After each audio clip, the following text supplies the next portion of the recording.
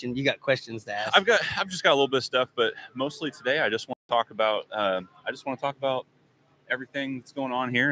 Nothing formal, very laid back. If you see somebody that looks funny and you want to make fun of them, do it. Don't don't hold back. We're sitting here in front of cameras. We've got one light that just happened to be in the back of the truck. We've got good overcast.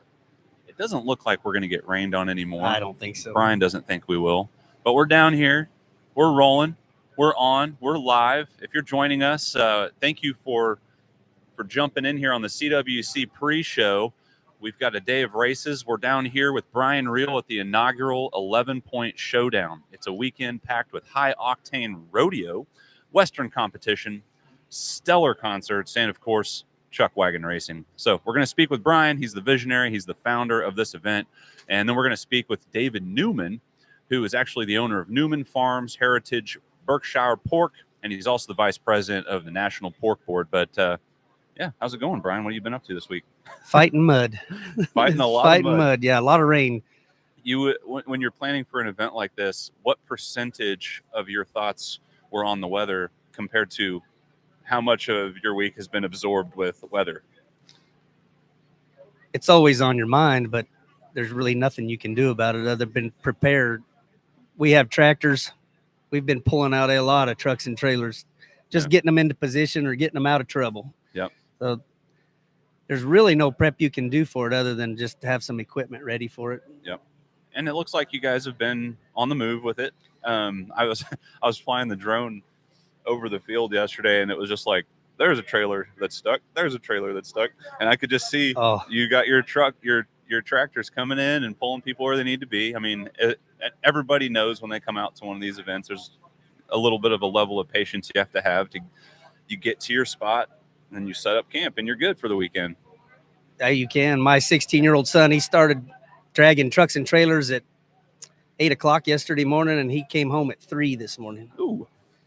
He didn't want to get up this morning, but he's back at it. So,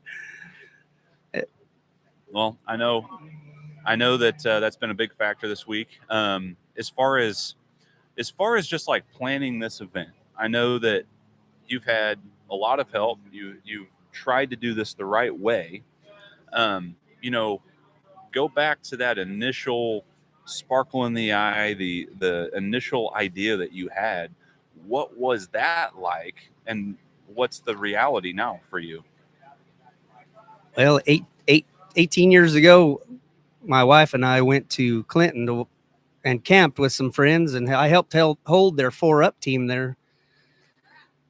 And we did that for 4 or 5 years, and I fell in love with the sport. And from that moment on, I knew I could do one right here. We had the perfect place to do one and hold this type of event. It's just taken that long for it to come together. And then I finally got it put together. Curtis and I sat down. He said I know a bunch of people. He started making phone calls, and I mean, within 2 weeks, we had it done. Yeah. We had the contracts sitting in front of us, so it was happening very quickly. Yeah. But he and Allie been good. My wife, she said she wasn't this morning. She said, I don't know if I'm programmed for this. It just wore out, So, right. But we got lots of family members helping out, manage different things, but it's all come together relatively easy. Yeah. I mean, our biggest fight right now has just been the weather and the mud, So. Yeah. It's incredible whenever you put about 1,000 trucks and maybe half of them have trailers and you just start breaking ground. Yeah. And then you've just had like another application of rain. Yeah. Run some trucks over it. Another application of rain. It's been 3 times yesterday. It's been nonstop for you guys. Times. It's almost like you couldn't have planned it any better for it to get more money down here. But at the same time, you had a big concert last night. You had a ton of people show up. People got out of here. People got home. People got back to their campsites. What was Friday like for you? As far as the satisfaction of it all. Well, getting in bed was pretty satisfactory last night when I did. I'm sure. Well, it's been great. We've had a lot of good help from other tracks too. Carl and Cindy from Whiskey Ridge. They've been fantastic. They loaned us their stage. Oh, yeah. I mean, there's huge cost savings in that for the first time guys that are operating on their own money. And Yeah. the sponsorship we had has been phenomenal. I told them our money amount and they about fell over, they couldn't believe it. Oh, yeah. And they couldn't believe how many teams signed up to come on a first time track. Right. They said never happened. So Yeah. I think they're all fired up. Everybody's excited, and yeah, they're all tickled to death with the facility and on the river down there. It's nice, Oh, yeah. Well, and they're not afraid of the mud either. Yeah. Because they're used to it. Yeah. Well, and even if you've only raced this year, if you've raced this year, you're used to mud at this point, because Every time. It has just been the story of the year. And Yeah. you just wonder, are we gonna even have an event this year that's not like raining or muddy? Because it just seems like it's the norm. It's the story of the year. It is what it is. And at this point, I think everybody just expects it. They do. It's just not shocking at all. Yeah. Other than, oh my gosh, what are we gonna do? Yeah. When everybody gets ready to leave, hopefully it's gonna dry up quite a bit. Yeah. But we'll get it done. Well, it does look like your bottom area down over there does dry out. It drains out pretty good. It does. It seems like people, and the road is held up pretty good over here. And so I guess we should go ahead and mention today. It's Saturday, 1 p.m. We're kicking off the first of 2 days of Chuckwagon racing, sanctioned by the ACWRA, the Arkansas Chuckwagon Racing Association. That will be followed by your bull riding and the porta potty race tonight at 6:30, and at 9 o'clock we have the Red Dirt Underground band. Does that sound right? Yes. So Brian Lumley and Red Dirt Underground. Red Dirt Underground. So it's a full day of stuff. There is a lot that's going to be going on here. As far as putting on an event like this, I know that it kind of takes like a village of people. And I know you said it didn't happen for so many years, and then you all in about 2 weeks, you said this kind of came together, and it was just kind of inception to it's a reality, like it's happening. So what are some of these key players that have been on your team that have made a big difference, that you maybe couldn't have done this without? Well, there went Gracie Pate right there. She's been awesome. She's been to a lot of these things, and she just immediately started jotting things down on a piece of paper that I didn't think about or didn't know. Uh-huh. Newman, Jeff Duke, my brother-in-law over there, Jeffrey Hart, he's taking care of the clothing, hats, and the beer booth. Yeah. And the ice. He'll take on as much as I can throw on him. He's been doing great. Everybody's been doing really well. My wife, you've got her radio was hot. She could hardly hang on to it yesterday. Yeah. Yeah, we just stay away from you guys with the cameras because we're just going to hear stuff coming through on the radio. Oh, yeah. But, yeah, Miss Miranda seems like she's been doing a good job. Yeah, and so you've got Curtis Siemens, who's putting on your rough stock. He's taking care of all the rough stock related events. You guys had a little rodeo last night. And so what can people expect from Saturday night? Well, that's Clint Jackson with the NFPB. They have a circuit. They travel all over the country, and they're with their circuit. And when Curtis called him and mentioned it, he immediately drove up here, looked it over, and he said, "We've never done one like this, but this is awesome. Let's do it." So yeah, it happened quick with him too. And you bucked him on grass. On grass. Yeah. Which Curtis said maybe 10 events a year bucking bulls on grass. And it worked out really well because the ground was plenty soft. Oh, yeah. We didn't have to do anything to it. Well, it was really neat to kind of see. It's cool because you kind of have this island out there that is your rodeo area. And it was neat to kind of just see everybody congregate. They funneled right in good, didn't they? Yeah, and putting the drone up last night, just kind of seeing that area and how populated it became and how busy everything got out here. How about that concert last night? Oh, the band was fantastic. That last minute with J.R. Rogers, a shout out to him, last minute with the sound and lights. He jumped right on it and turned out really well. We didn't even have a generator. We were scrambling right at the last minute to get it. He said, "I think I got one. I'll go get it." Oh, yeah. So he just took care of it. Yeah, it's having good help. It's priceless. And then I want to talk about David Newman just a little bit. He's the pork guy. He's got these fancy pigs, I guess, that he raises. Berkshire Pork. Yeah. It's he has a unique family business that he has really taken to another level. I've never seen an operation quite like it. He raises a specific breed of pigs and markets the meat to high-end restaurants all over the country. And very little retail. During COVID, they modified into online sales, which they still do quite a bit of, but mainly they hit the restaurants. And that during COVID, it put it in such a pinch that they started doing online, and he said it got wild. They really did well. It saved the business, you know. Yeah, so. He said that they just in a matter of about a week, they had to innovate, and they did it. They made it happen. Yeah. Sarah Jane is a pretty neat deal. She's his right hand man. I mean, she does a lot. Yeah. Well, they make a heck of a team. They've been out here. They do. I know that having a pork guy like this, so vice president of the National Pork Board. I believe that's his title. We'll confirm that when he comes on here in a couple minutes. But I know he's running your vending operations, and what better event to have somebody that's doing barbecue and things of that nature. I mean, they've got it locked down. They've got this huge grill that he said is in fact your grill. No, I have one like it. That one's his.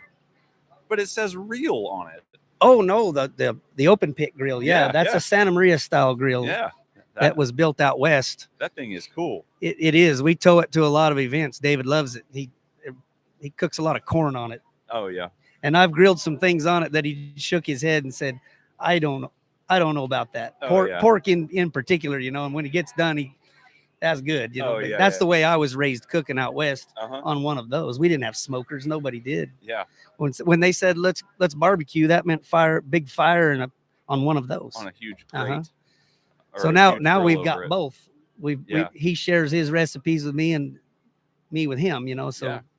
Well, I know he and I do a lot of cooking and hanging out. Yeah.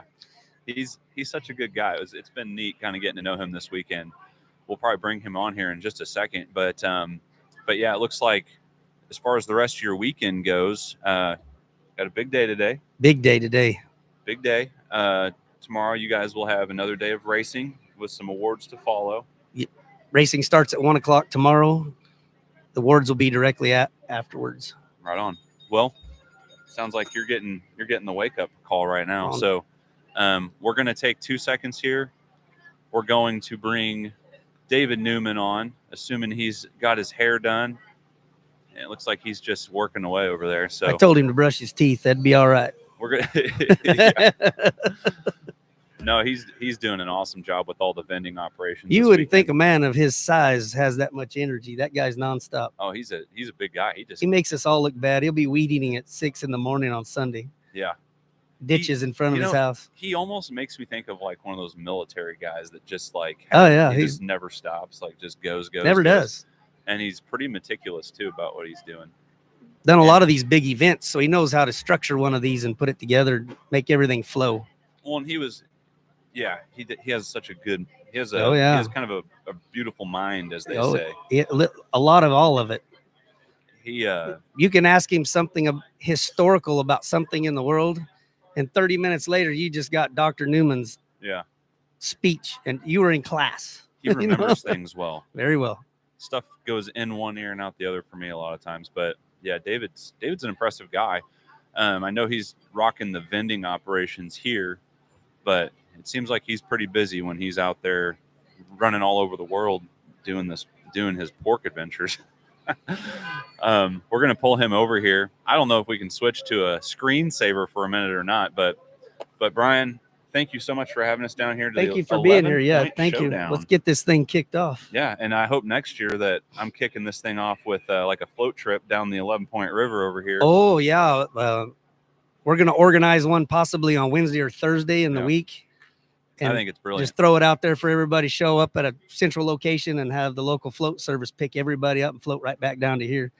and then we'll stop halfway in between and have that grill and burgers and eat lunch. Oh man, be that's part of the gonna be package, good. you know. So that'd be a good time. But I'm that's what we there. do here. David and I, the Harris family, are a lot of friends and families.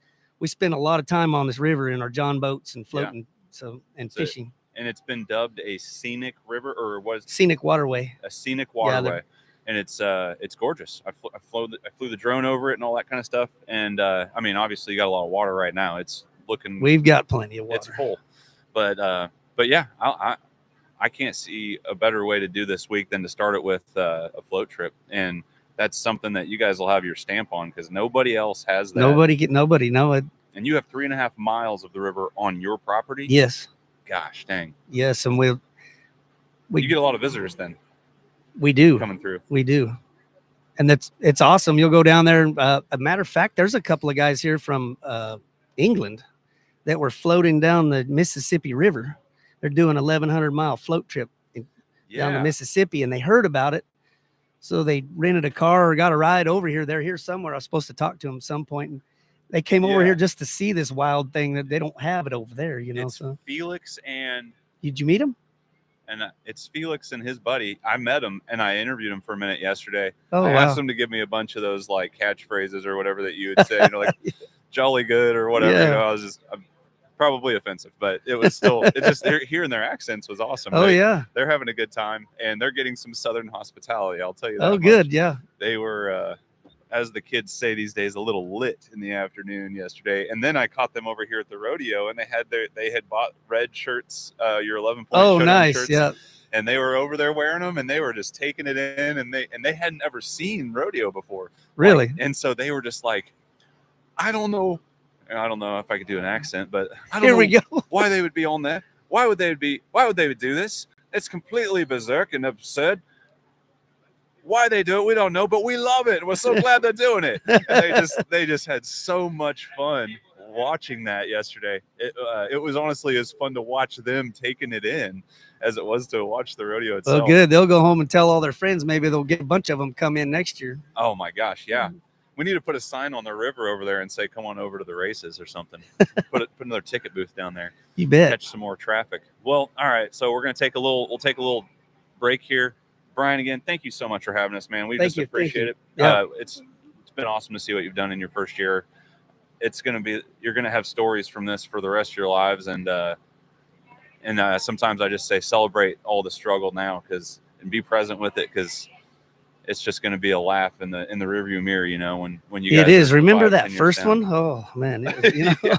yeah, it was like there's no way you could escape just hell week out of the first one. It's just I'm definitely going to park myself a camper down here next year where I can go take a nap, you know, or just get off my feet for a little while. But yeah. And matter of fact, yesterday somebody said, "Can I use your radio?" I said, "You take it. I don't want it no more." Yeah, you know, I'm done. Yeah, you're doing my job now. That's right. It's a full week for you, but. Here he comes. Okay. You better grab him man. now before he disappears. Last second makeup. Just last set in. Hair and makeup. We'll just set in. Thank you, everybody. Really. See you, Brian. Okay. Get out of here. All right. I have to go over some logistical stuff real quick. We're going to bring David Newman on. He's been a pretty fun guy to walk around and talk with this week. He has just been also just a really humble guy over here, just cooking food for everybody. Hey, guess what? Branded water bottle. That's what I'm talking about. Go. It's a little warm out here. It is a little warm. Is this so these rags, do they work? They work. Yeah. I can't believe it, but they work. So you just get it a little wet and then it just kind of pour a cold water bottle over it, uh-huh. Wrap it around your neck. It's crazy how much cooler it keeps you. Okay. I didn't believe. I'm a believer now. Also not selling or promoting these, whatever they're called. No, we're here to promote the pork industry today. And Brian, amen. You know, Brian speaks very highly of you. He even claims that you're like the vice president of some organization. That's right. And so talk a little bit about the pork board, right? The National Pork Board. Yeah. You know, that seems like that makes you a pretty good asset for vending around here. So well, I don't know about that. I got a strong back and a weak mind, so that works really well. You got to have that if you're trying to cook this many people in the rain. Oh my gosh, yeah, you've been cooking over an open pit, and then it's like you bring bring in the rain, it's like you're sitting in a sauna, putting a little bit of water on the coals, right. you know, just steam it up a little bit more. That's right. Um, Okay, so your question was? So tell me a little bit about your background with the National Pork Board, and then kind of how your business, with your family business, how that kind of lends itself really well into this event this week. Okay, all right. So this story all starts in January of 1982. I'm kidding. But so I come from a multi-generation livestock background, farming, livestock, mostly in the hog business, also in the cattle business as well. So we farm very close to here where the Showdown is at. So my family's been farming here in this region.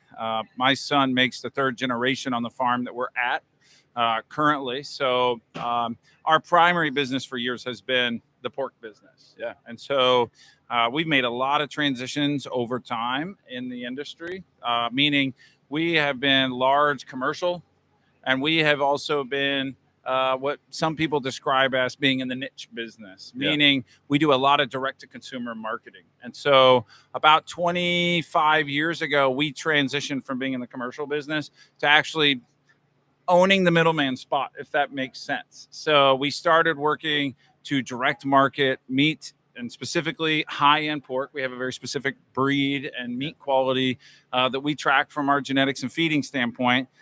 And we started selling pork into restaurants in New York City by literally walking in the back door restaurants, asking people, hey, would you be interested to try? Want to buy this meat? You want to try this? It's the best meat you're ever going to eat. You know, take it, try it, see if you like it. Started really small, grown over time. And, you know, now we're part of a network that ships product all over the U.S. So, so being Mr. Pork, all things pork kind of, right? Yeah. I did a PhD in meat science. So I did a lot of work on beef quality, pork quality. A meat scientist is a real thing. So it's really just a very overeducated butcher. Yeah.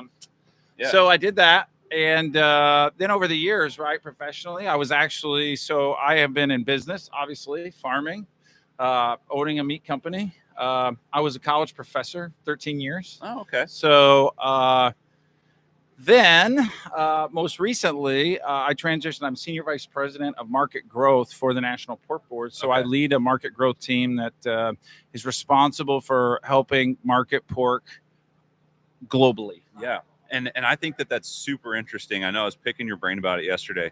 As far as maybe the outlook on red meat or protein in America right now is very very beef oriented, let's say. I mean, maybe, and whether or not that's true, I don't know. I mean, I guess my scope is limited, you know. But I guess I've always maybe had this thought that, like, okay, well, if I buy pork, maybe I'm not getting a meat that's as healthy as if I buy beef off the shelf, you know. And so, or even, you know, we actually get a lot of our meat from local farmers where I live. And so, tell me a little bit more about, like, you know, is that the wrong attitude to have? You know, like, and then, you know, even thinking about the price of meat. Can I get as much nutrition out of pork, and is it actually cheaper to go that route? You know, what are some of the pros and cons of going pork? Okay. Wow, that was a great question, by the way. Are you ready for your lecture? I don't even know what I asked you. I'm going to go back to my college professor days now. Bring it. Okay, you ready? I'm gonna bring my coffee in. So here's the deal. It's really not a pork versus beef situation. It's really a red meat versus white meat. Okay. So in this country, I mean, poultry dominates the meat business. I mean, it is everywhere, right? So you need to team up with cows, pigs and cows versus chickens. I think a lot of people think about meat and they think about, like, it's competition between beef and pork, but it's not. Yeah. The truth is it's not.